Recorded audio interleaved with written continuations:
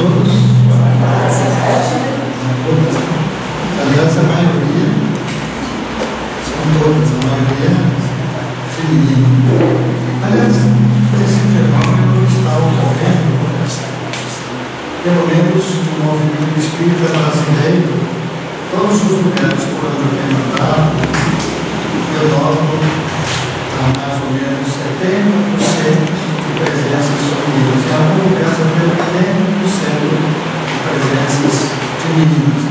Nas palestras, nas reuniões públicas, em todos os eventos espíritas.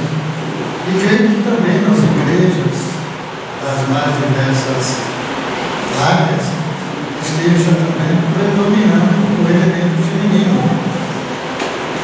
Dizer que o mundo atual, cada vez mais, é das mulheres. E como os homens, até agora, parece conseguiram acertar, conseguiram o equilíbrio, a paz, enfim, aquilo que todos nós tanto desejamos, quem sabe agora, na mão das mulheres, nós vamos encontrar a paz. Né? É uma grande esperança que eu creio que tudo isso é providencial. É providencial. Então estamos vendo aí os maiores cargos políticos, públicos, administrativos, empresariais, a presença da mulher. Para nós espíritas, isso não é uma surpresa, porque espírito não tem um sexo permanente definido. Temporariamente, sim, somos homens e mulheres, na matéria, somos homens e mulheres, porque o sexo está organizado e está mais expressivo exterior na matéria. Sabemos que depois prossegue, né? na desencarnação, no mundo espiritual, temporariamente, nós estivemos na faixa de reencarnações, no vai e vem, a necessidade de retornar, ainda mantemos a forma masculina, feminina, conforme a última encarnação.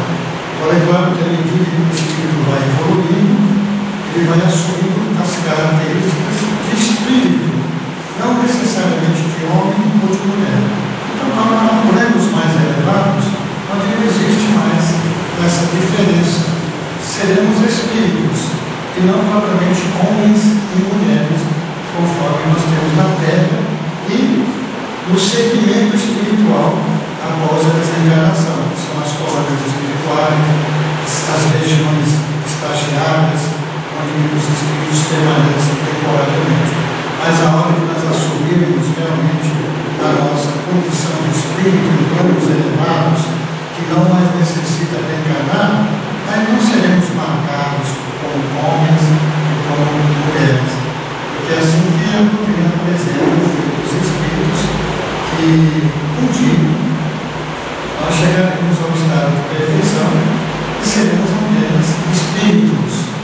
Mas enquanto isso, vamos mantendo as formas físicas.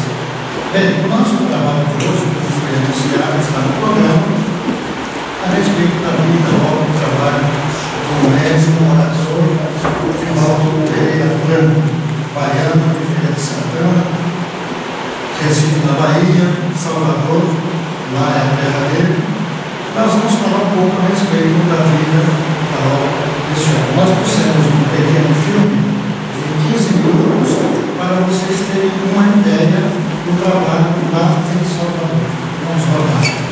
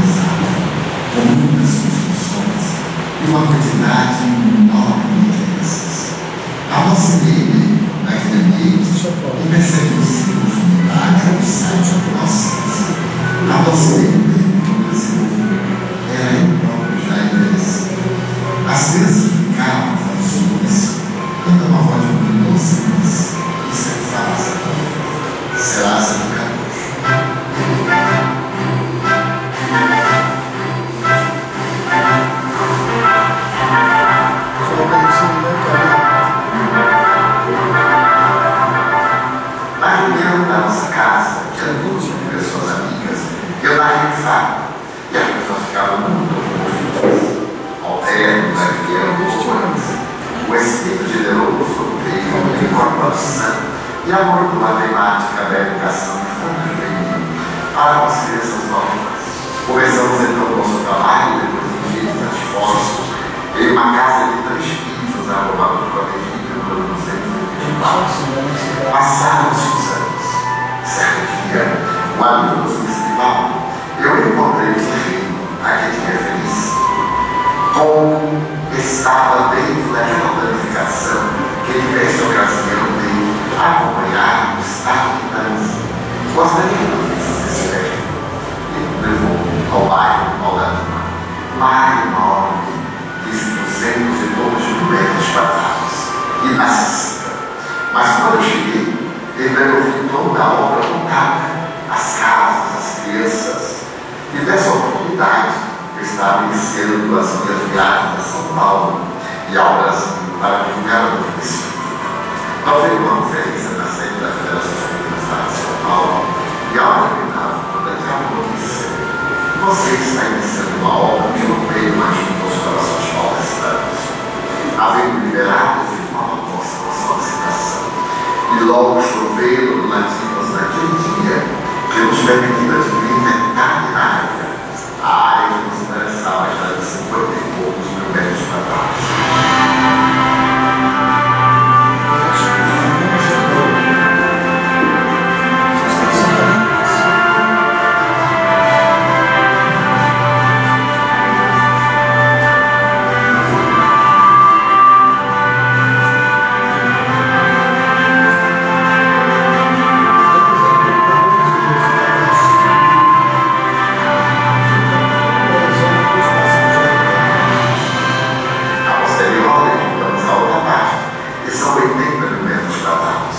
Nesse momento, os Espíritos disseram, a técnica de educação está ultrapassada.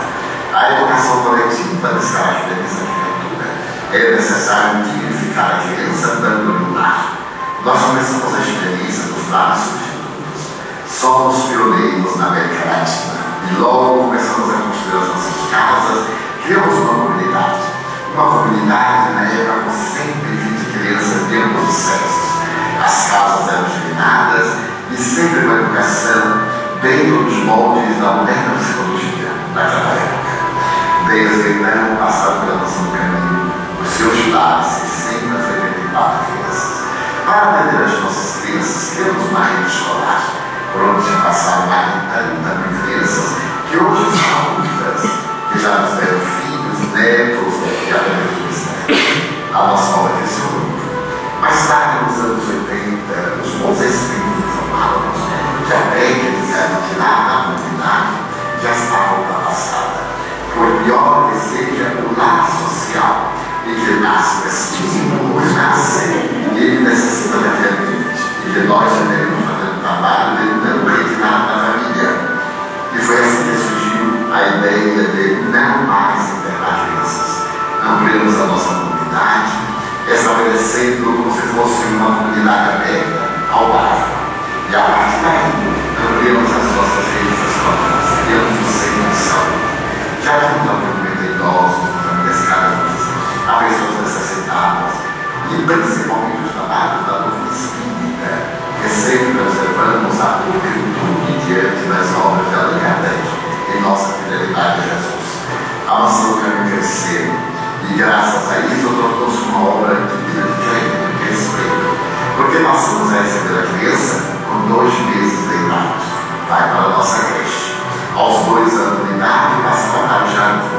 Hoje, obedecendo as técnicas educacionais do governo federal, essas crianças aos 4 anos de idade vão para a alfabetização. Dali passam para o primeiro grau da escola fundamental. Essa escola fundamental está hoje 8 anos. Durante os primeiros 4 anos passam básico, depois completo. E nós abrimos uma rede de profissionalização do mundo infantil. Nós temos várias escolas, desde a sapataria, gráfica, planificadora, a outras atividades que formam a dignidade da pessoa e a levar aos grandes empreendimentos da vida. Tapeçaria, corte e costura, pública, veleiro. E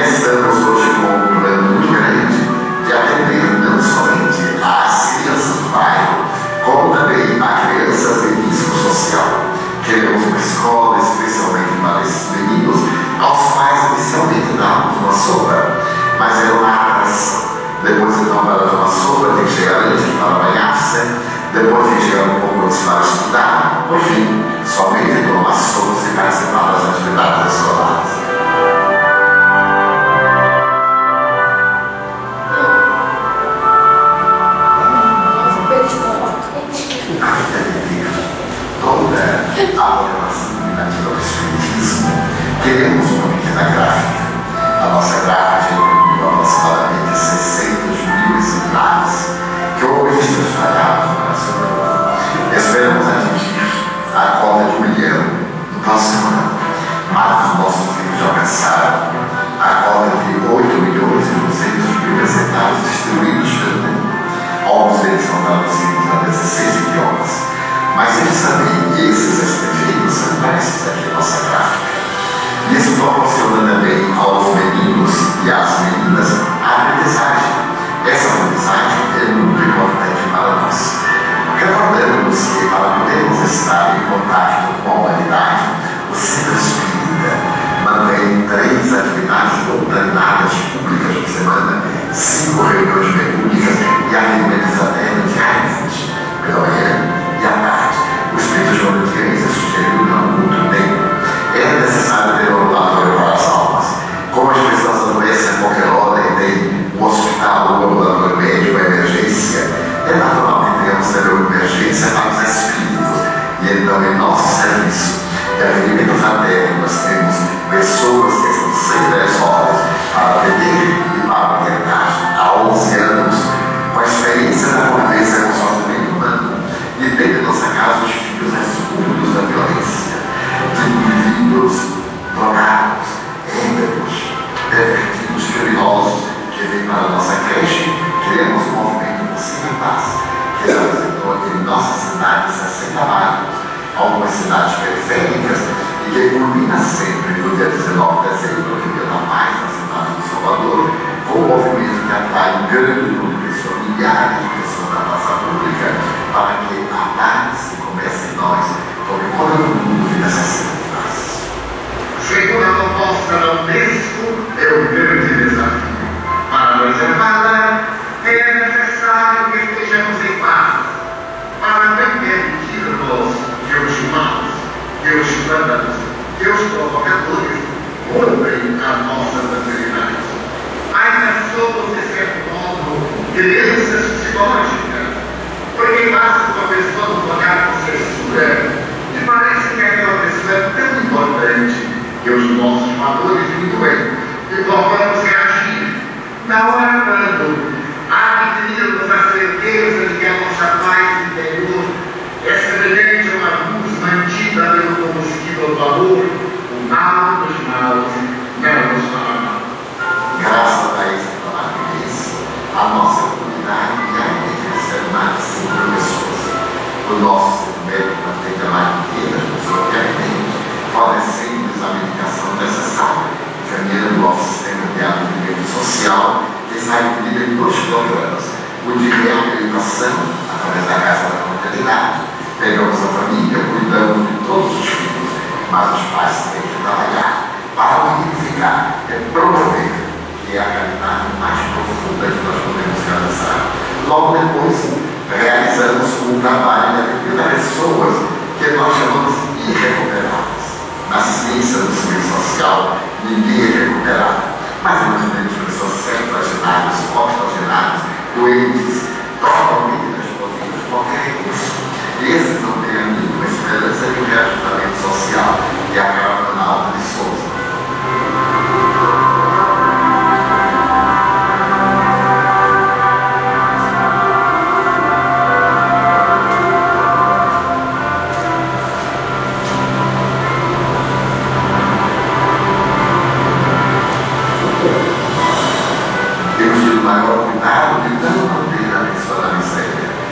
Libertá-la da miséria através da sua auto-dignificação. É aquela velha história chinesa de não apenas dar um peixe, mas também dar a vara de pescar e ensinar a pescar. Deste modo, a comunidade no Santo Caminho é muito complexa, porque um dos nossos últimos sonhos na atual existência era integrar, desde a gravidez aos 16 anos, a criança. E voltávamos no centro de Barra. Começamos a construção do centro de Barra, em mais de uma divina que nunca nos faltou. Nós estaremos integrando todo o trabalho, chega gestante para o pré-natal. Nós acompanhamos já a atualidade, mas ela vai ter lugar aqui em nossa casa, desde a velocidade de um parto cirúrgico, assim a nossa casa, o centro de partos, duelo entre a assistência pré-natal e o nascimento da criança. Quando nós concluímos essa tarefa, penso que teremos realizado uma obra na qual alguém gestante chega para receber a primeira orientação e o seu filho sairá na adolescência aos 16 anos já profissionalizado. Quando ele encontrar qualquer tipo de atividade, poderá realizar uma vida muito digna.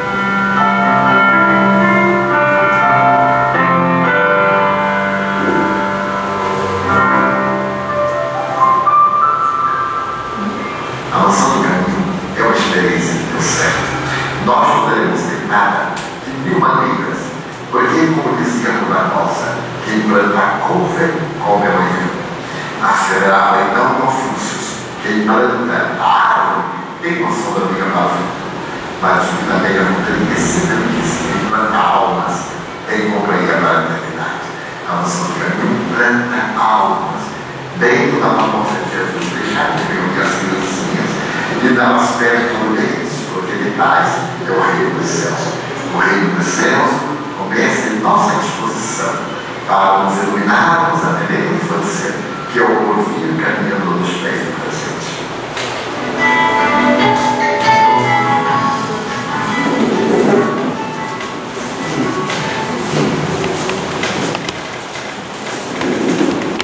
Aí está uma panorâmica, só para se ter uma ideia. Evidente, é um filme de 15 minutos e foi assim na apresentação dos diversos departamentos, diversos setores, e tem uma composição nessa área de 83 mil metros quadrados, 50 edificações. Como foi dito ali, era um orfanato, 627 crianças ali viveram durante muitos anos. Hoje são adultos, pais de famílias, mães de famílias, criaturas que cresceram e viveram ali, que na ocasião havia essa possibilidade. Nos anos 80 houve uma modificação da lei, não mais permitindo a existência de orfanatos. Hoje são abrigos sob a tutela da vara da criança e do adolescente, que são crianças disponíveis para adoção. Crianças vitimizadas, crianças de rua que não têm pais, abandonadas, etc., vão para esses abrigos sob a tutela da justiça. Então, se nós quisermos montar aqui, por exemplo, um orfanato, não podemos. Podemos fazer um convênio com a Secretaria da Justiça, através do processo regular, e ter uma casa-abrigo para receber essas crianças das mais diversas idades. Recebe crianças de meses, de 10 anos, 12 anos, 15 anos, enquanto for menor de idade. E essas crianças e adolescentes ficam disponíveis para adoção. É assim que funciona hoje o mecanismo. Daí, a partir dessa época, a Mansão do Caminho se transformou em creche, berçário e escola de primeiro grau. Dentro da Mansão do Caminho funciona uma escola de primeiro grau para mais de 2.000 crianças. É uma escola do Estado dentro da Mansão do Caminho. Mas aí tem refeitório, padaria, tem um segmento muito grande, laboratório de análises, como você viu, tem uma farmácia, tem um posto médico e tem, inclusive, também um posto da justiça para resolver problemas mais simples de questões de família, como se fosse um juizado de pequenas causas que funciona ali dentro da Mansão do Caminho. Então, é um grande complexo, é uma área muito grande e atende as 3.000 e poucas crianças e mais a população do bairro, que vai atrás do ambulatório médico, que tem também convênio com o INSS. Todos os dias tem um plantão médico com várias especialidades. E agora, ultimamente, ano passado, vai fazer o ano de novembro, foi inaugurada a Casa do Parto. É uma pequena maternidade para parto normal, parto natural. Esta é uma ambulância que foi doada por uma empresa aqui do estado de São Paulo, aqui no Paraná, que produz produto híbrido.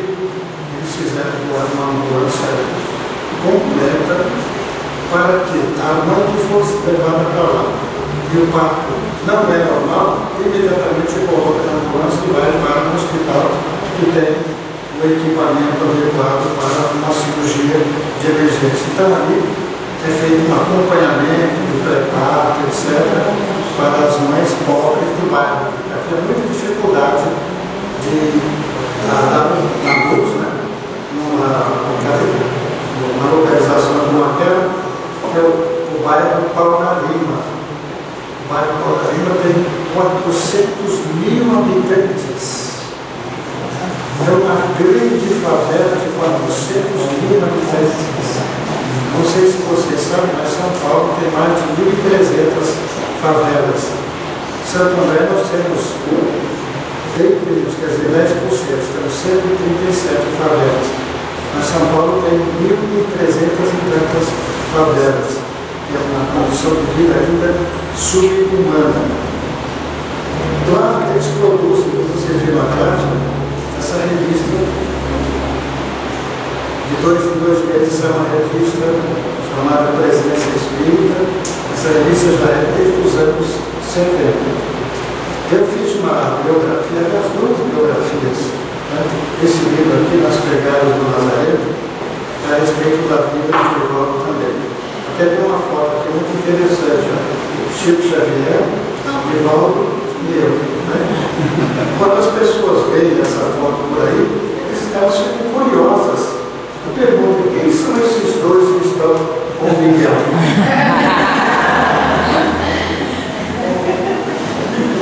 Aliás, essa história é muito interessante, porque quando eu visitei Roma, eu consegui tirar uma foto ao lado do Papa, o Papa anterior, João Paulo II, e saiu em todos os jornais.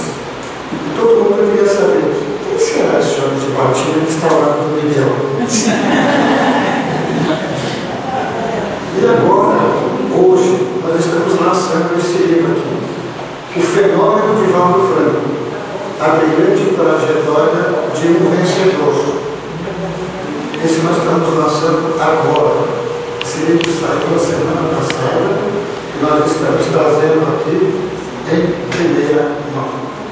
Vocês estão ouvindo? O som está meio complicado, né?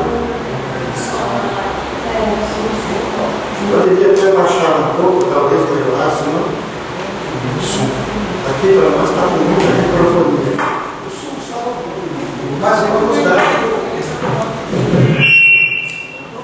a noção de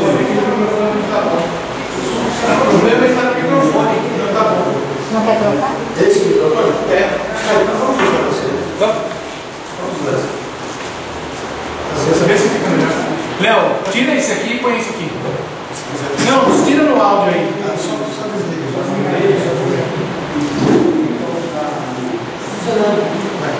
Oi. Oi. Oi, Cacara Freta. Pega essa criança.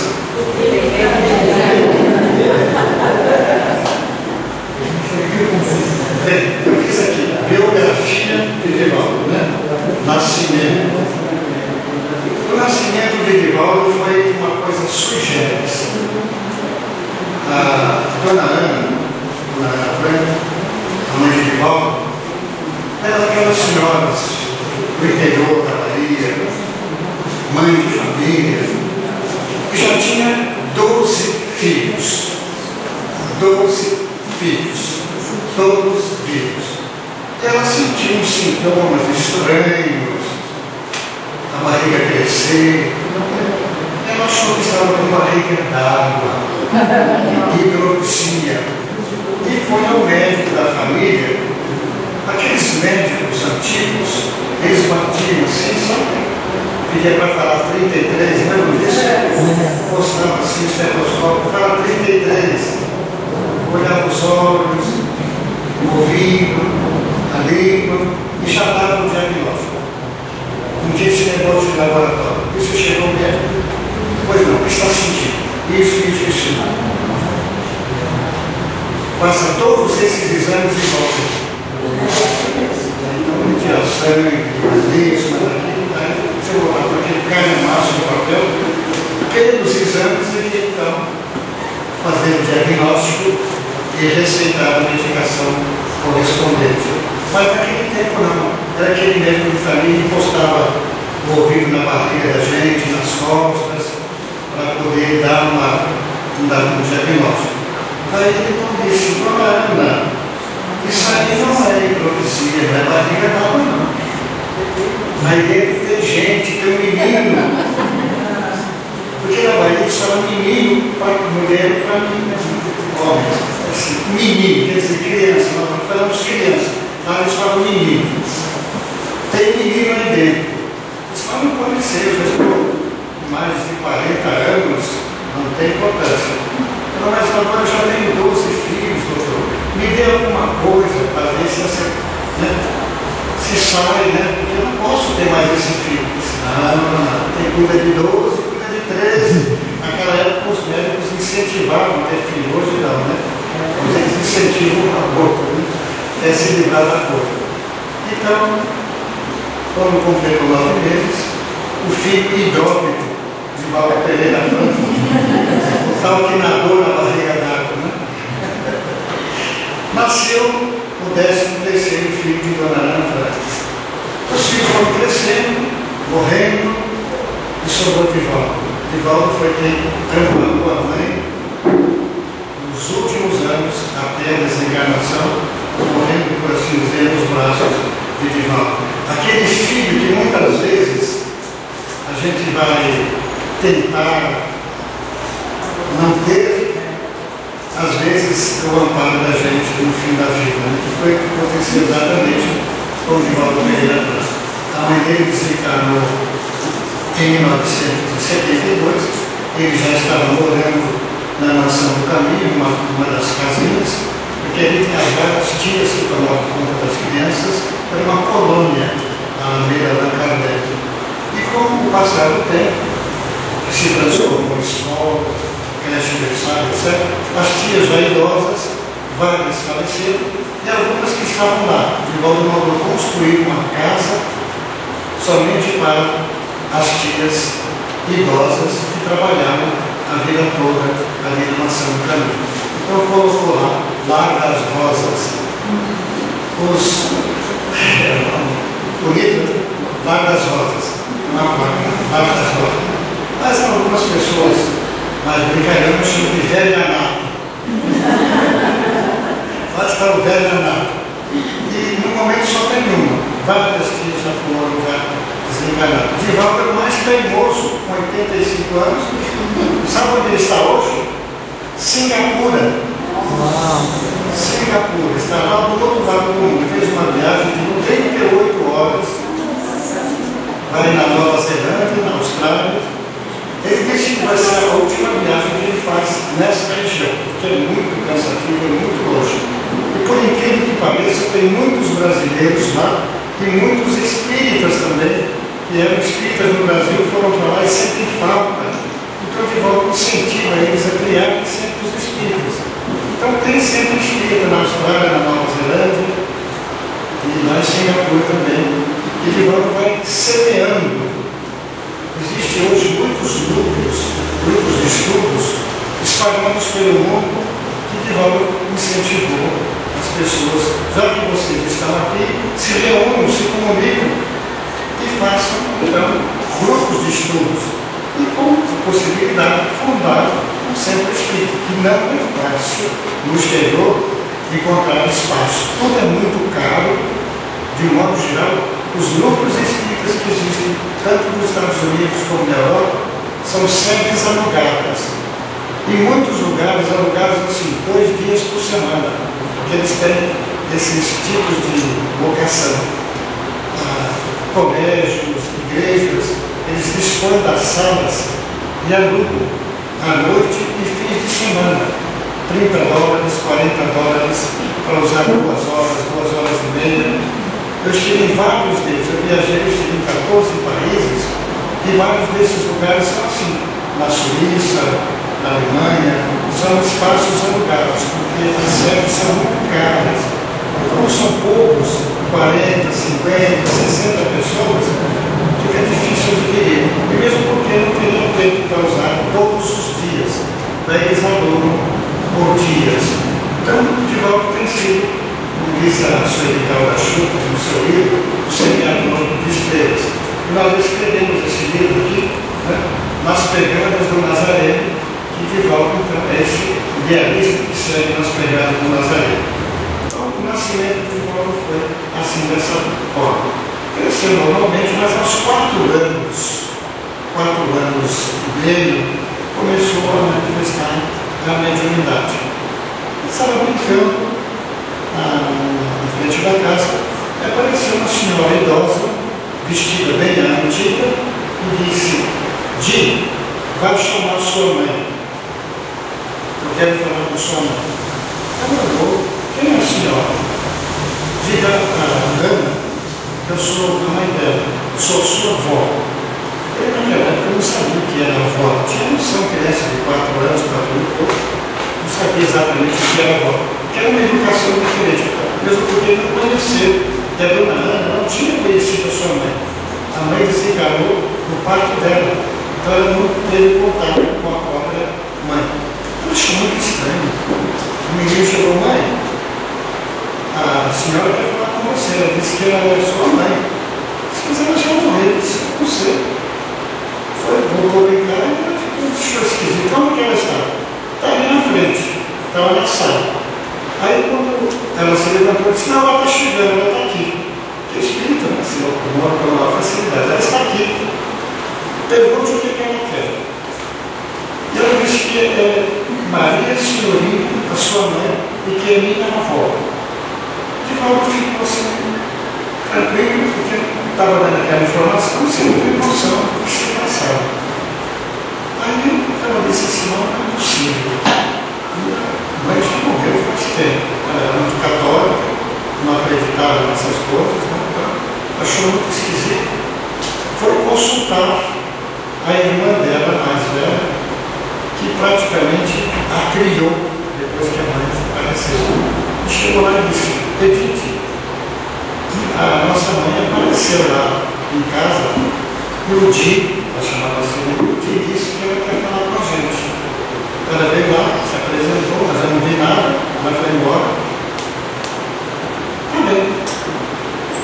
Chamou de volta e perguntou: como era essa senhora? Ele descreveu na sua linguagem, falando que ela tinha um cordão amarrado, uma medalha no pescoço, a gola alta, o cabelo assim, assado, a roupa assim, como era. É, mamãe, essa foi a roupa com que ela foi enterrada. Vamos saber o que ela quer. Aí ele volta e se perdeu a consciência, não lembra de nada. Mas ele teria conversado, teria sido intérprete entre a mãe e ele. E aí, a partir daí, começou a ter essas visões. Brincava com crianças que não existiam. Eram espíritos desencarnados, falava com gente que não existia fisicamente. E isso começou a chamar a atenção. A ponto de ela falar: meu filho, não fale para ninguém, não comenta com ninguém, porque todo mundo está chamando você de maluco. Você é doido, fica falando da sombra, falando sozinho, gesticulando, brincando com criança que não existe. Achava aquilo tudo muito estranho. Mas bem, ele foi crescendo, foi crescendo.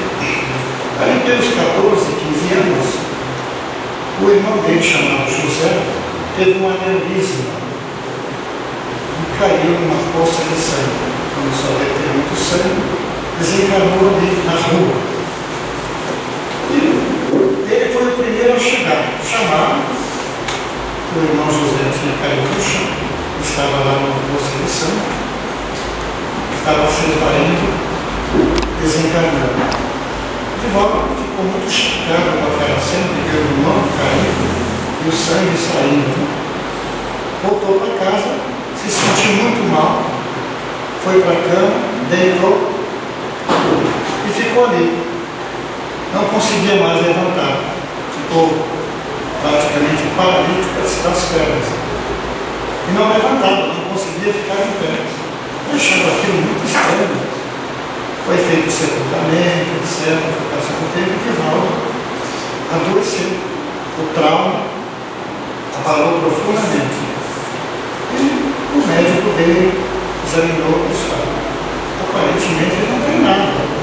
Esse menino é saudável. Coração, tudo está funcionando tudo muito bem. Isso é um problema psicológico. Eles não sabiam que era isso naquela época. Problema psicológico, né? É como hoje que nós temos psicólogo por toda parte, mas naquela época era muito difícil naquela cidadezinha pequena, Feira de Santana, tinha sempre um pouco de frequência. Hoje é a segunda cidade maior da Bahia, perto de 1 milhão de habitantes. Naquela época era muito pequena. Pois bem, aí o médico disse, olha, praticamente falando, tem um jeito, ele tem que levar um grande susto para voltar a ser normal, porque a única coisa que pode curar é outro susto, porque ele levou um grande susto, ele se trauma. E aí tudo certo, senão como é que nós vamos dar um susto dele, daqueles? Aí começaram a inventar, pegar um saquinho de papel, soprar. Vocês lembram disso? Ele levava aquele choque, mas voltava ao seu estado, né? E aí pensaram em choque elétrico, identificação de choque elétrico, deram aquele negócio do fio de passar roupa, deram um choque, estremecia todo e nada de voltar ao normal. E com isso passaram 6 meses. Você acostuma com o dele, completamente por um ano, se põe em pé de cara. Aí apareceu uma pessoa que disse assim, dona Ana, a senhora já tentou levar uma benzedeira? Essa benzedeira, você acha que resolve? Aqui está chegando na Feira de Santana, uma senhora, a doutora Ana, eles falam que ele é médium. E o que é isso, minha filha? Essa coisa, sabe, do espiritismo, já ouviu falar? Eu acabei de falar que tem na periferia, tem um negócio do terreiro. Tá. Era assim os conceitos da época, né? E, mas a gente não vai se envolver com esse povo. Deus me livre, coisa do demônio, coisa do diabo, do inferno. Não, dona Ana, a gente tem que tentar tudo. Os médicos já disseram que não tem jeito. A gente pode recorrer aí, quem sabe. Isso que se chama. Não é uma espécie de benzedeira, ela põe a mão nas pessoas, dá uma aguinha para as pessoas, quer dizer, dá base para a fluida. Né? Mas ele estava lá na mão deles, de tal forma que. Bom, vamos levar. Não, mas ele não manda. Mas será que ela vem aqui? Diz que é uma pessoa muito boa, faz a caridade. Então vamos pedir para ela se ela pode fazer essa caridade. Então vamos fazer lojas. Ela tinha uma apelido chamada Nana, Dona Nana. Ela veio, olhou, era vidente, aqueles ideias daquela época, olhou e disse, olha, não tem nada, ele estava com um imposto. O irmão dele, que morreu, está junto dele, está acoplado no sistema nervoso dele, morrendo de medo, não sabe o que aconteceu, agarrado a ele. Eles eram muito amigos, não é? Sim, eram. Pois é, ele morreu num acidente, não é? Eu estou vendo que tinha muito sangue. Você a senhora conheceu? Não, eu estou vendo na evidência. Como que na evidência? A senhora vê os mortos? Eu vejo os mortos. E Divaldo ficou muito feliz. A senhora vê os mortos? Que bom, eu também vejo. Então eu não sou louco, como o pessoal fala. Não. A evidência é a visão de um espírito, uma pessoa desencarnada, mas graças a Deus. E como é que a gente vai fazer? Porque senão nós vamos fazer uma oração.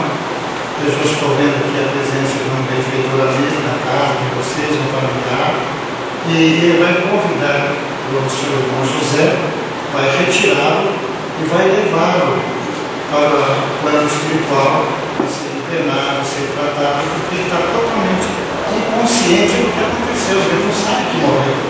Ele está agarrado porque ele está com medo, com muita insegurança. Não sabe o que está acontecendo com ele, mas ele vai ser levado, vai ser esclarecido, vai ser orientado, e você vai ficar bom. Aí deu um passo nele e disse, tá bom, meu filho, agora você está bem, você não tem nada, pode levantar. Ele disse, mas se eu levantar, eu caio. Aí a mãe de Divaldo, que era uma senhora baixinha, ele sempre fala que as baixinhas são fogo, né? Não brinque com mulher baixinha, não desafie. Não é brincadeira. Ela disse, meu filho, a mulher não está mandando você levantar, levante. Mas eu vou cair. Caia, mas mostra que você é educado. Aí ele tentou, balanceou, segurava e ficou em pé. Ele sentiu uma sensação como se fosse de cãibra. O sangue começou a circular nas pernas. Então, segurava, ele começou, deu um passo, dois passos, começou lá, até hoje não parou mais. A senhora, e como anda? E como anda? Aí a senhora falou assim, bom, e agora? Ele está curado, né? Está bom. Não, totalmente não, porque ele é médium. Sai um espírito e pode vir outro. Aí explicou para ela que mediunidade, o que era mediunidade, uma explicação. E fez aquela coisa nova. Bom, mas o que é que a gente pode fazer? Olha, aqui tem um centro espírita muito bem orientado, pelo senhor fulano, falou o nome, era o único centro espírita da cidade. Mas aquela história do centro espírita tinha aquele estigma. As pessoas nem passavam na calçada, desviavam, porque aqui tinha diabo, tinha demônio, as pessoas então tinham medo. O padre falava na igreja, o pastor falava lá no templo dele, cuidado com os espíritos, eles trabalham com essas coisas, mexem com o diabo, com o feitiço, enfim, todas essas desinformações a respeito do que é o espiritismo. Pois bem, como é que nós fazemos? Olha, ali tem reunião às quartas e sextas-feiras. Poderá levar o menino lá e vai passar por um tratamento de desobsessão, que explicou o que era desobsessão, e ele fica bom. Aí, combinou, ele foi à igreja, padre Hamilton Marques, era o padre de Feira de Santana.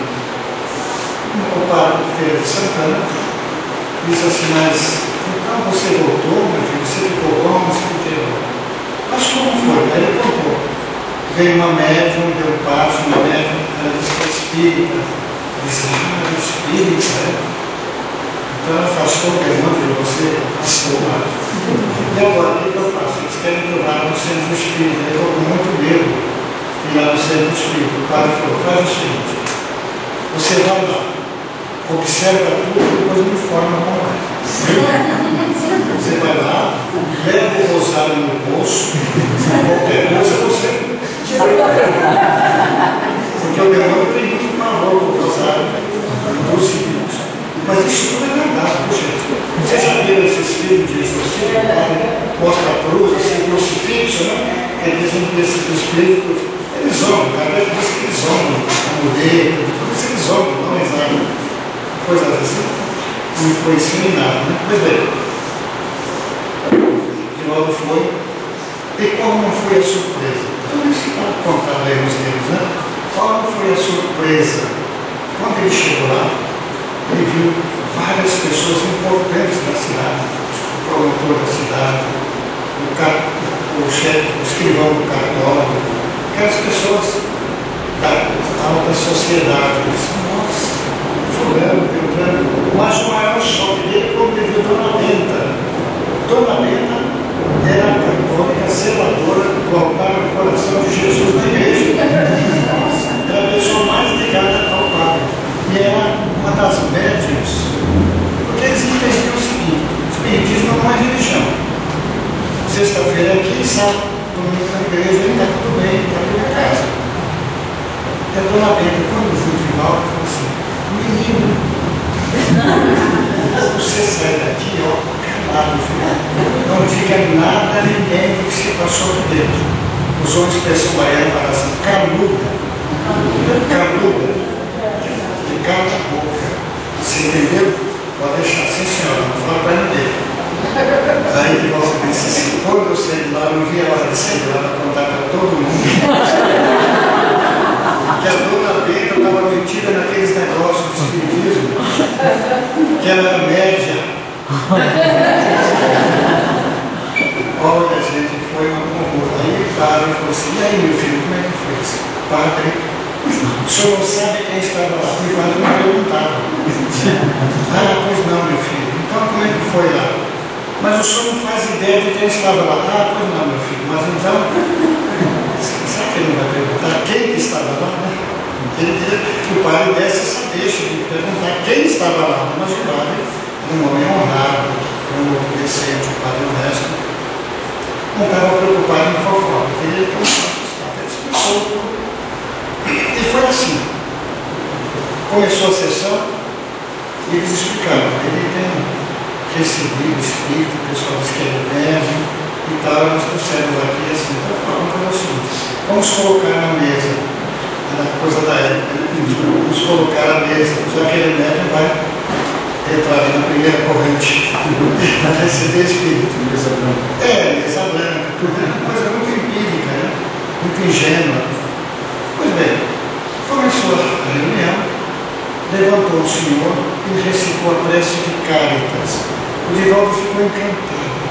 Nunca tinha ouvido uma oração tão bonita como uma prece de Cáritas. Vocês conhecem, né? A prece de Cáritas. Né?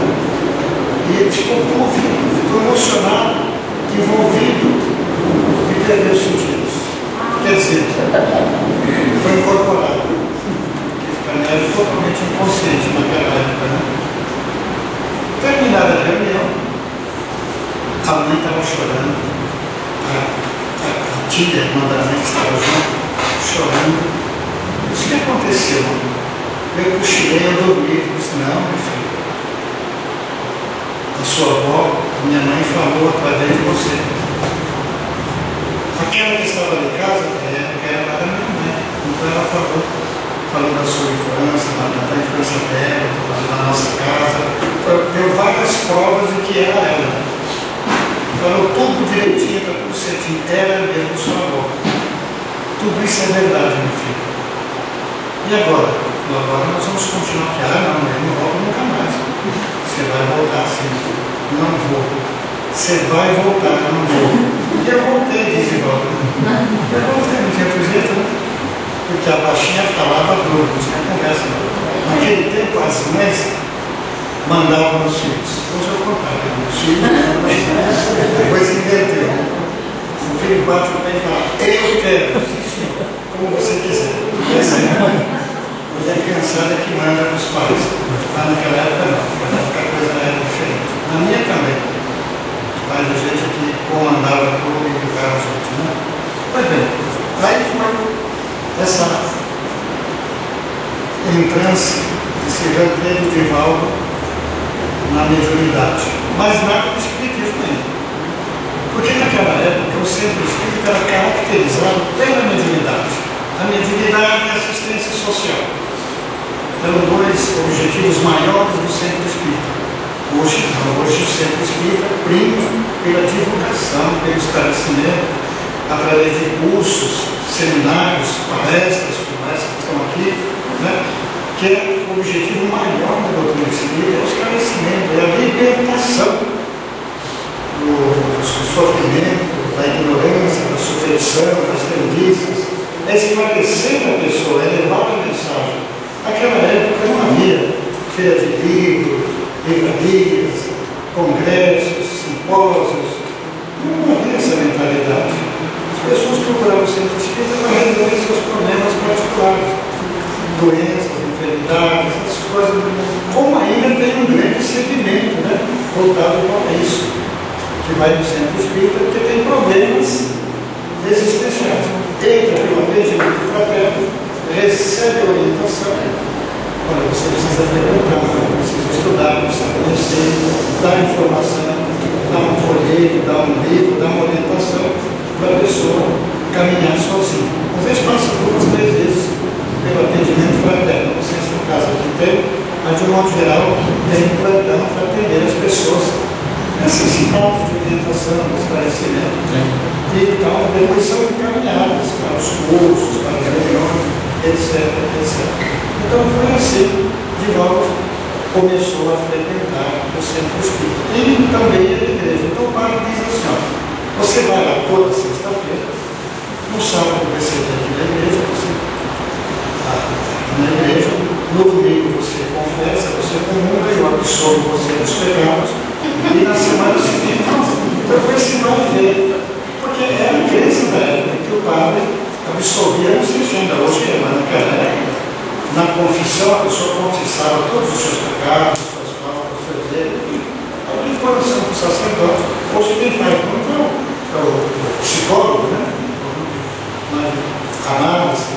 E também o atendimento fraterno, no seu modo, permite a pessoa fazer um desabafo com a sua história, a sua vida, seus problemas, para que ela possa chegar a uma conclusão. Então o padre orientou: você vai na sexta-feira lá no centro, e depois você vem no seu domingo, que eu absolvo você desse pecado. O padre também, infelizmente, não sabia nada de espiritismo. Ora, escolaridade. E vamos crescer lá em Santana, fez curso primário, na que tem os 4 anos de grupo. Era assim que falava, né? Era 4 anos de grupo escolar. Depois a gente teve essas conversas todas, a gente lembrava, segundo grau, mas aqui teve 4 anos de admissão ao ginásio, né? Depois tinha o científico, o clássico, o normal, de contabilidade, para depois entrar na faculdade.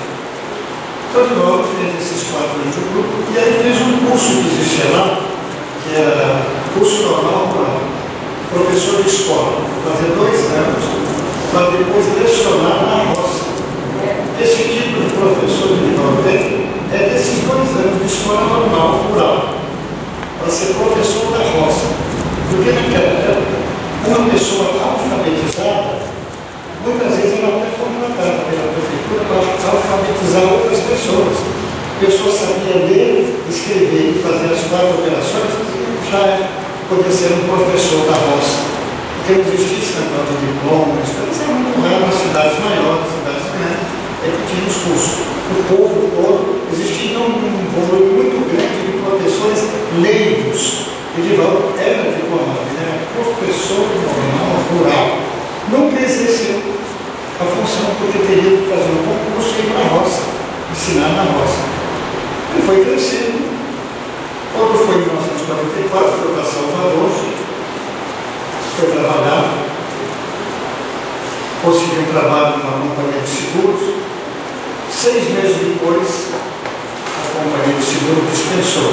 E ele estava em Salvador, agora desempregado, sem dinheiro, com vergonha de voltar para a Feira de Santana fracassado, veio a ideia do suicídio. Isso foi crescendo a ideia do suicídio, crescendo a ideia do suicídio, então ele foi lá para o elevador da Serra. Naquele tempo todo mundo usava paletó, mesmo lá no Bahia, porque ele calor. Ele pegou um papel, fez uma mensagem, escreveu para os pais, pedindo perdão, pedindo desculpas, colocou, assinou, colocou no bolso e foi lá para o elevador da Serra, onde era o lugar dos suicídios, que caía ali embaixo e não tinha como se salvar. Quando ele chegou lá no parapeito para se jogar, ele levou um susto, porque a irmã dele, Nair, que havia se suicidado em 1939, apareceu aí toda deformada. Ele levou um susto, disse assim: você é Nair? Sou. Olha o Divaldo como eu estou. Olha o que o suicídio me fez. Se você fizer isso, você vai ficar como eu. Você não sabe o que é o suicídio. Mas faz tanto tempo que você morreu, até hoje eu estou sofrendo. 1939, 44, 5 anos de sofrimento. Eu estou toda deformada. Como um veneno letal. Até hoje eu sinto a queimação do veneno que eu ingeri. Não faça isso. Ele levou um susto e disse: não, eu caiu. Pode ver, pode cair. Não caiu lá. As próprias vezes que ele caiu, para cá no parapeito. Quando ele despertou, levantou. Ele estava num lugar estranho. Sentou numa cama. Como é que eu vim parar aqui? O que será isso? Será que eu morri? Acho que eu morri. Acho que eu morri. O silêncio, não tinha ninguém. De repente entrou uma senhora de branco, uma enfermeira. Ele falou assim: por acaso, aqui é o céu aqui? Céu? Você está maluco? Eu não morri? Não, você não morreu. Você teve sorte, viu? Apanharam você, trouxeram você para cá. Você desmaiou. Graças a Deus. Então eu não morri, não. Você não morreu. Aí fui fazer a ficha dele, aquela coisa toda. Daí, eu conheci um senhor. Esse senhor, naquela época, era diretor do IPAS, do Instituto de Previdência dos Funcionários Públicos. Como que ele conheceu? Havia uma reunião na casa dessa pessoa e alguém falou assim: você conhece o doutor Fulano? Não. Porque estava pedindo uma orientação, um encaminhamento, não sei o que fazer na minha vida. Disse: então eu te dar um endereço, você vai conversar com esse senhor. E esse senhor era espírita e fazia uma reunião na casa dele. Naquela época era costume as reuniões caseiras, né? Reunião no lar da família, que seguia o espírito e tudo. Mas mais tarde foi sempre educado, orientado para fundar centros espíritas e não fazer mais as reuniões familiares. Aí ele logo foi apresentado, fazer coisa. E nessa reunião, o filho do casal, dono da casa, que havia morrido fazia pouco tempo, se comunicou através de Divaldo e falou uma porção de coisa sobre a situação dele, como ele está, coisa e tal. Ele disse que tudo foi arrumado. Eu não veio parar aqui por acaso, porque eu precisava falar com vocês, então nós, os espíritos, encaminhamos de tal forma que ele pudesse conhecer vocês para participar dessa reunião, para eu poder conversar com vocês. Então tudo ficou esclarecido. Aí esse senhor falou: o que você está fazendo aqui? Ele falou: fui desempregado, eu estou perdido, não sei o que fazer. Ele falou: você sabe fazer o quê? Eu sou datilógrafo, mas é bom datilógrafo, dos melhores. Eu sei fazer muito bem datilografia. Naquela época, vocês sabem o que é datilografia? Algumas pessoas vão dizer isso porque o meu neto, ele hoje 15 anos, foi lá no escritório, então a máquina que escrevia ali no canto, né, guarda o conselho de lembrança. Ele falou: o que é isso aqui? Eu falei: isso aí é uma máquina de escrever, máquina datilográfica. E funciona? Porque funciona. Eu coloquei um papel, bateu e falei: nossa, que bom, né? Já vem tudo escrito, não precisa. Por aí, quiser, você já puxa a folha, já está ali, ó. Está escrito, não. Só que no jeito de digitação, a pouco curiosidade. Porque Divaldo tem o orgulho de dizer que ele tinha também diploma de professor de escola de datilografia, que ele fez mais tarde, então ele tem hoje diploma na parede lá, professor de datilografia. E na nossa caminho de escola de datilografia. E nós tivemos em Santo André, há 25 anos atrás também, o curso de datilografia. Hoje todos lá têm curso de digitação, de computação. Mas então vai seguindo para quando o Divaldo chegou a ser espírita, até então médium. Esta senhora, Dona Ana Borges, Dona Ana, se transferiu para a senhora. E aí ela passou então a organizar um centro espírita. E Divaldo começou a frequentar o centro espírita. Nessa época, o espírito Joana Mendes não seria pior, parecia como o espírito amigo e disse: Divaldo, você precisa ler o livro dos Espíritos. Compre esse livro, adquire esse livro. Então, adquiriu um livro dos Espíritos. Mas, primeiramente, tinha uma palavra estranha: prolegômenos. Abertura, você já viu? Prolegômenos. Que é a introdução, né? A introdução. E ele falou: e agora, essa palavra prolegômenos? Perguntou para o Espírito falou: não, sou bom dicionário. Eu não sou dicionário ambulante. Você fica perguntando: você quer saber o que é prolegômenos? Eu sou bom dicionário. Ele comprou um dicionário barato, não tinha a palavra prolegômenos. Aí comprou um velho dicionário no sebo de Sequier, não sei se vocês conhecem o dicionário de Sequier, que é bem antigo. Aí tinha a palavra prolegômenos. Quando começou a ler, leu rápido e falou para o Espírito: e agora? Agora você lê o livro dos Espíritos. Mas outra vez ele: não, você passou assim, né? Porque às vezes vocês veem, claro, a gente vê como você leu. Então vocês piscaram umas letras, a gente fica de olho. Você não deu o livro dos Espíritos. Você foi folheando, pulava para isso, para você tentou me enganar. Leia o livro dos Espíritos. Ele leu o livro dos Espíritos. Quando terminou, ele falou: agora você lê direitinho. Isso é uma terceira vez. E na quarta vez, ela falou assim: agora você estuda o livro dos Espíritos. Eu vou tomar uma questão do livro dos Espíritos. Esse livro você carrega com você a vida inteira. Você vai morrer, vai desencarnar e não vai conhecer tudo que esse livro pode te oferecer.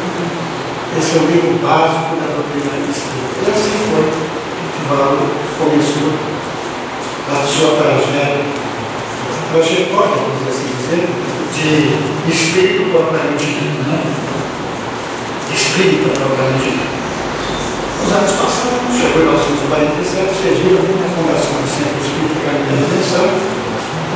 5 anos depois, a mansão do caminho, daquela área que eles adquiriram, como vocês viram também no filme. E as viagens, em 1962, ele começou a viajar, recebeu um convite da Argentina, fez a primeira viagem para o movimento de mocidades. Em 1965 foi que eu conheci o Divaldo. Levamos Divaldo a Santo André para fazer uma palestra para o movimento de juventude. Naquela época reunia 400, 500 jovens no período do Carnaval. Ele então esteve lá conosco, ele, Jacó Rosman Neto e o Dr. Walter Aposse, de Piracicaba, foram os 3 oradores convidados. E a partir daí eu comecei então a me relacionar com o Divaldo. Eu tenho toda essa correspondência. Ele assistiu ao primeiro livro que ele lançou, Mestre de Amor, em 1964. Em fevereiro de 65, ele autografou o livro Mestre de Amor, que foi o primeiro da série, que hoje são quase 230 títulos. Esse foi o primeiro livro do Mestre de Amor. Em 1945, ele ingressou no IPASA, no Instituto de Previdência dos funcionários públicos, se aposentou em 1980 e sempre se dedicou a essa tarefa. Mesmo quando ele trabalhava no IPASA, fim de semana, à noite ele fazia palestra do Centro Espírita Caminho da Redenção, fazia palestra em Salvador, as imediações, e viajava nos fins de semana, feriados, prolongados, nas férias. Em 1967 ele fez a primeira viagem ao exterior e vai até hoje, né? Já são 65 países, mais de 2.500 cidades que ele visitou.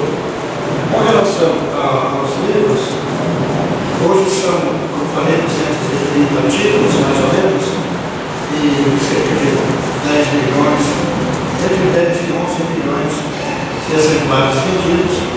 90 títulos traduzidos para 17 idiomas, inclusive para o Braille, Sistema Brasileiro de Leitura para Sérgio, Esperanto, etc. Né? Bom, total de palestras, nós fizemos um cálculo, eu, Washington e algumas pessoas fizemos um cálculo pelo número de semanas dividido em número de palestras, dá aproximadamente 13.000 conferências realizadas. Nós não falaremos de falar sobre as encarnações anteriores de Divaldo Franco, mas rapidamente é do tempo de Jesus. Joana de Cusa é Joana de Ângeles. Divaldo Franco e o Wilson eram filhos de Joana de Cusa naquela época. Sendo que Wilson era aquele filho que foi queimado junto com a mãe, porque não abjurava Cristo. E Divaldo era pequeno. A partir daí, então, esse espírito vem acompanhando o trabalho de Divaldo até chegar onde chegou. Ele foi sacerdote do século XV na França e no século XIX ele foi médium na França, nasceu na Escócia, morou nos Estados Unidos, um tempo, na Inglaterra, e terminou a vida na França. Daniel Douglas Rome. Recebeu vários títulos, centenas de títulos, medalhas, diplomas, doutor honoris causa, recebeu o título de embaixador da paz por Genebra, o título de embaixador da bondade por Londres, falou na ONU 5 vezes, e ele sempre transfere as homenagens para a doutrina espírita. Porque ele disse, se eu cheguei aqui, eu devo a doutrina espírita, porque no contrário, eu deveria estar internado como louco, como maluco, em algum sanatório por aí. Porque a mediunidade estava me levando a uma obsessão e por ignorância jogaria ele no sanatório qualquer lugar dessas pessoas com problemas mentais. E na verdade não era nenhum transtorno mental, era apenas a mediunidade. De tal forma que Divaldo foi salvo pela doutrina espírita, daí então ele transferiu sempre as medalhas, as honrarias, os títulos que recebe a doutrina espírita. Bom, como nós temos ainda uns 10 minutos, se alguém quiser fazer alguma pergunta a respeito do Divaldo, da vida, da obra dele, do trabalho dele, que eu puder responder, seria um prazer. Posso fazer uma? É bom, aí tem que puxar, porque não tem que pegar. Depois eu falo e os outros também se entusiasmam. O senhor não falou muito do pai do Divaldo. Ele não teve uma participação na vida dele? Desencarnou quando ele era pequeno? Realmente não teve. O Sr. Francisco, pai do Divaldo, ele era negociante de fundo. Aquele fundo de corda. Tá. Ele era pequeno comerciante, né? Ele comprava esportes, né? E já vendia na cidade. Como o pai do Chico também, ele ignorava os fenômenos, o que acontecia. Vocês sabem, observaram o filho do Chico, tem muita parecência, muita semelhança com quase todos os médicos daquela época. A família não sabia exatamente o que estava acontecendo, né? Não tinha uma orientação, não sabia nada a respeito. Esse menino, coitado, ele tem essas coisas, ele é assim, eu só sabe que era doente. Então, o pai dele se mantinha mais ou menos à distância. A mãe que era uma pessoa muito ligada, ele tinha uma ligação muito grande com a mãe, um amor muito grande, uma afinidade muito grande.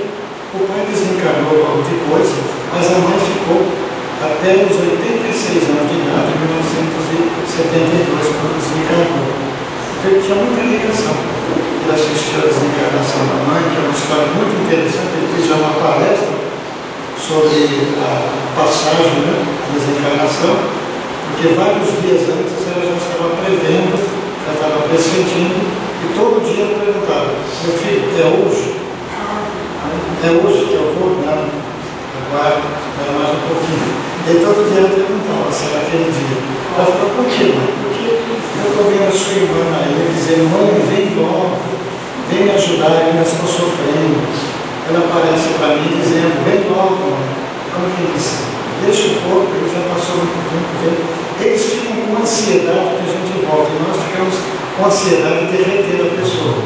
Quando a gente vê ao nosso lado, Dona Laura, na casa de Elisas, ela está preparando o quarto, arrumando o quarto para a filha que vai retornar. Eles estão ansiosos, esperando ela chegar da terra. E os da terra estão se segurando para não partir. Depois é exatamente o contrário. Eles não veem a hora que a gente chega lá, e os daqui não veem a hora de segurar aqui, né? Então é uma visão bem diferente. De tal forma que o pai tem uma participação mínima na vida dele, né? Muito pequena. Vamos. Eu gostaria de saber assim, o senhor falou aí do nível de estudo do Divaldo, né? Ele estudou pouco e tal. Mas cientificamente ele parece ter uma cultura bem avantajada, né? Se após tudo isso aí, se ele ainda chegou a fazer algum curso a mais, ele parece uma pessoa assim que estudou muito, fez curso e tal. Boa pergunta. Tem um perfil de um psicólogo praticamente. Boa pergunta. É o seguinte: Chico Xavier, para mim, é um dos maiores sábios que nós já tivemos no nosso mundo. Sabedoria é uma coisa, cultura, intelectualidade é outra coisa. Então, o espírito maduro pode ser analfabeto, mas você tem uma grande sabedoria. Porque Sócrates não tinha diploma, Platão não tinha diploma, Aristóteles não tinha diploma. Nenhum desses espíritos eram diplomados. Tem um tanto de sabedoria. Ao lado da mediunidade. Ao lado da mediunidade. Ao lado da mediunidade. Então, a mediunidade é um fator que favorece muito, porque às vezes o espírito transmite. E de volta, quando faz as palestras, ele vê escrito como se fosse teletipos. E quando não, o espírito assopra o nome correto da pessoa, que às vezes numa palestra ele cita 10, 12, 15 nomes, fatos. Então tudo isso é um trabalho em conjunto com a espiritualidade. Eu fiz a pergunta, mas de último, imaginando isso. No Pinga Fogo, eles perguntaram para o Chico Xavier sobre Emmanuel. Ele disse: Emmanuel tem sido o meu professor. Tenho aprendido muito com Emmanuel. Ele é o meu professor. E Divaldo também, com Joana de Ângeles, aprendeu muito, porque todos esses livros, 200 e tantos livros, passam pelo crânio, passam pelas mãos, pela mente, revisa, lê 2, 3 vezes, então vai acumulando uma sabedoria, conhecimento, informação E confiança. e confiança, porque isso também é do espírito. Quando o espírito é lúcido, é um espírito que tem uma bagagem anterior, ele soma a essas experiências e traduz para a gente com essa capacidade toda, né? Como começou o contato com o Joana de Ângeles nessa Divaldo? Foi por volta de 1949. Ela aparecia como um espírito amigo. Ele não via um rosto, ele via uma sombra, uma silhueta. Em 1956, ela se revelou. E tanto que eu assisti, ela se revelou. Por isso que era Joana Angélica de Jesus, a monja, que se sacrificava em 1822, na independência da Bahia, pelas tropas do general Madeira. Ela então era abadesa do convento da Barra. Quando eles invadiram o convento, ela se pôs na frente de braços abertos. Aqui vocês só entram se passar por cima do meu cadáver. Eles que estavam embriagados, comemorando a vitória, não tiveram dúvida, transpassaram o corpo dela com a espada. Ela morreu com uma espada que atravessou o corpo, ela caiu ali.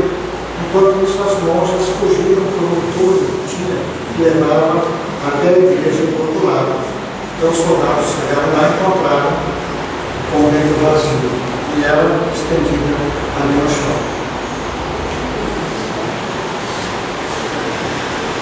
Posso? A boca está coçando para perguntar. O Chico tinha uma noção, que sabia quando ia desencarnar. Ocorre o mesmo com o Divaldo? Ele já tem uma ideia, e tendo essa ideia, como é que fica esse trabalho? Tem um sucessor para tocar a Casa do Caminho? Não, sucessor ainda não. Tem uma equipe.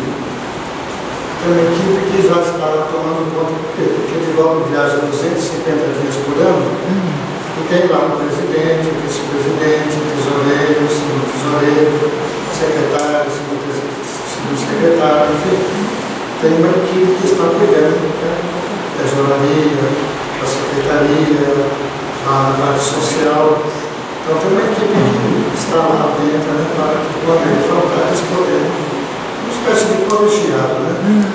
E não há, na mediunidade, nesse trabalho, não há propriamente um sucessor, não há como ter um segundo Divaldo, um segundo Chico. Cada um tem a sua característica, o seu trabalho específico, sua missão específica, né? Que encerra uma própria pessoa, como o Chico não teve sucessor. Encerrou o Chico Xavier, há outros que estão fazendo o seu trabalho, naturalmente numa escala menor, mas que não é propriamente a continuação. Agora, sobre a previsão da desencarnação, o Divaldo está realmente preocupado dizendo o seguinte: olha, eu estou me preparando para viajar. Não sei a hora, não sei o dia. Mas, de uma forma muito peculiar, ele fala o seguinte: recebe muitos convites. Vamos supor que nessa casa aqui, né? Será que o Divaldo poderia vir aqui no ano que vem? Então, será que ele vai estar encarnado? Então, Divaldo, olha, será que em outubro do ano que vem você pode vir em São Paulo? Assim, consultar a espiritualidade para ver se eu aceito ou não um convite, porque de repente eu aceito. Bom, se você morrer, já sabe que não tem. Você vai lá em espírito e verdade, mas palestra mesmo não vai ter, né? Então, quando ele consulta para a Joana, ele disse assim: pois é, menina, veja só, a malandragem dele. Pois é, menina, esses nossos irmãos espíritas são engraçados, são curiosos, né? Imagina, estão me convidando para 2014. A senhora acha? Pode aceitar, meu filho.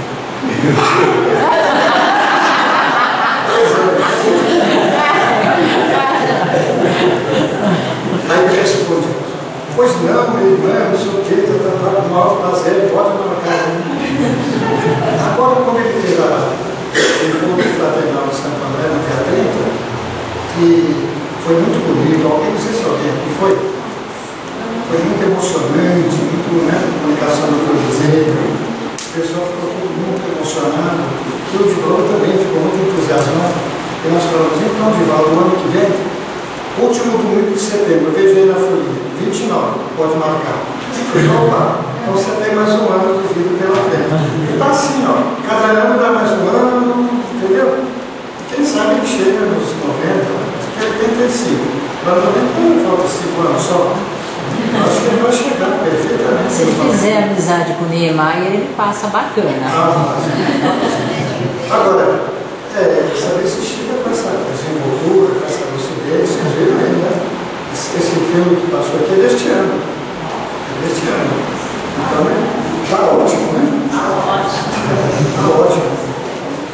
Ainda de Joana de Ângeles, ela se apresenta como freira, que é uma igreja católica. Ainda existe uma ligação dela com a igreja católica? Não, diretamente não. Mas é o seguinte, a gente tem visto nas obras de André Luiz, principalmente, o padre Hipólito, alguns sacerdotes trabalhando para receber e orientar os católicos desencarnados. O Chico conta uma experiência muito interessante, eu vou contar em 2 minutos. Ele dizendo, um dia que estávamos na casa dele, eu fui lá mais ou menos 20 vezes com o Divaldo.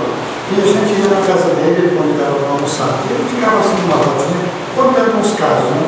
Ele disse que teve um desdobramento, que Emmanuel levou um desdobramento espiritual numa colônia perto da Terra. E lá ele encontrou uma senhora que disse assim: Chico, você não é o filho de Maria João de Deus? Pois eu fui muito amiga da sua mãe. Aí notou que ela estava com um véu preto, com um missal embaixo do braço, e disse: nós estamos saindo da missa dessa igreja. Você, não sei se você sabe, Chico, você já veio para cá? Disse: não, estou lá ainda, estou na terra. Quer dizer, você não está aqui ainda, porque aqui, meu filho, aqui é o purgatório. Não sei se eu já tinha falado. Eu não sabia. Então nós assistimos agora a missa, mas sabe o que acontece? Os sacerdotes daqui são diferentes, sabe? Não são iguais aos padres da terra, são muito diferentes, falam de coisas interessantes, falam de outros lugares que a gente vai evoluir. Então daqui a gente está se preparando para ir para o céu. Mas tem que fazer um preparo de um purgatório para depois ir para o céu. Eles deixam as pessoas com seus conceitos para se reeducar aos poucos. Não há uma violência entre conceitos, de ideias, porque eles vêm com aquela crença de céu, de inferno, purgatório. Então ela se livrou do inferno, estava no purgatório, está caminho para o céu. E Chico contando essa experiência, que ela estava com a roupa escura, com o véu que ela usava na terra, com o missal embaixo do braço, dizendo que foi muito amiga da mãe dela. Aí falou o nome dela e tudo. E o Chico contou essa experiência. E também, numa outra ocasião, o Chico contou que o espírito israelita deu uma comunicação para o pai que estava presente, um casal, o filho tinha morrido em um acidente, e um casal de judeus, por muito insistir, foi operado. Eu estava lá por coincidência. Ele recebeu uma mensagem e tinha no final assim, uma frase com sinais característicos na linguagem Yiddish dos judeus, que o Chico desenhou pelo Espírito, né? Davizinho, não sei se já viu um dos livros do Chico, um dos comunicantes, o Davizinho, e o pai ficou emocionado. Nossa, ele está dizendo aqui uma brincadeira que a gente fazia quando ele era criança. Olha que prova, né? Ele se tornou espírita. Deixou o judaísmo, se tornou espírita, publicou um livro do filho, passou a ir orar quase todo fim de semana, ficou entusiasmado porque o filho de 20 anos que morreu, voltou, escreveu para ele na língua deles, ele não podia duvidar de mais nada. E falar de um fato ocorrido na infância, que os filhos puderam lembrar naquela hora, naquele lugar, ninguém estava com a cabeça para transmitir isso mentalmente. E ele disse assim: pai, eu estou aqui numa comunidade judaica, nós temos um rabino que nos orienta, que nos explica sobre a vida no mundo espiritual. Então eles têm comunidades de acordo com a origem das pessoas encarnadas, as colônias. Porque todas essas colônias, como o nosso lar, é uma espécie de introdução na vida espiritual. É transitório, não é um mundo, não é um planeta, não é um lugar definitivo. Ali ou eles vão para planos superiores ou vão para a reencarnação. Então eles estão em estágio. Nosso lar tem tantas outras colônias que circulam no mundo inteiro, não é só que nós temos conhecimento do nosso lado e algumas outras, mas no mundo todo existem essas colônias, essas cidades astrais que recebem os recém-desencarnados. Vocês viram que a vida continua? Quem não leu o livro? Quem não leu o livro? E a vida continua. Para mim, nasceu em todos os melhores. No que diz respeito à imortalidade da alma. Pronto. Tem mais perguntas? Quem mantém a alma são o caminho? O governo são... Não, existem parcerias, existem convênios. Os livros representam mais ou menos 40% das receitas. O governo tem convênio com a Prefeitura de Salvador, porque hoje todas as verbas das entidades que recebem vêm via Prefeitura. O governo federal via Prefeitura. Então tem um convênio com a Prefeitura de Salvador, que dá uma parte, não sei se de 5% a 30%, 40% vai dos livros, tem donativos, e tem associados contribuintes, enfim, tem várias fontes de parceria que a Nação do Caminho tem uma despesa mensal de R$400 mil. Eles construíram um prédio na reserva financeira que eles tinham um terreno bem localizado perto do shopping da Iguatemi, e construíram um prédio de 10 andares e tem 180 salas de escritórios alugadas, que rende entre 40 e 50 mil reais por mês, que é uma das fontes também de ajuda para a manutenção. Né? Então, falando que já tem uma quase autossustentação.